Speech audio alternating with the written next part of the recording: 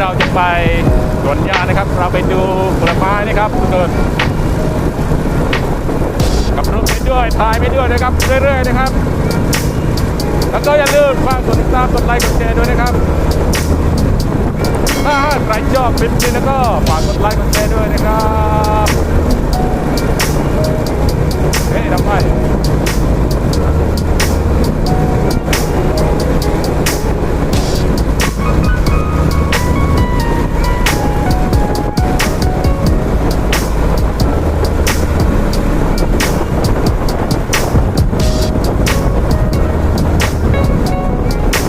ใกล้จะถึงนะครับทุกคน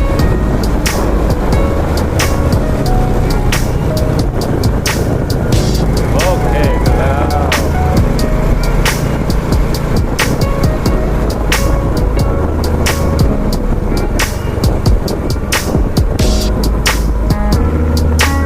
เลยให้หรอกี่หรออ๋อวันแรกนะเลยวันแรกฟังจ้าเลยจ้าเลย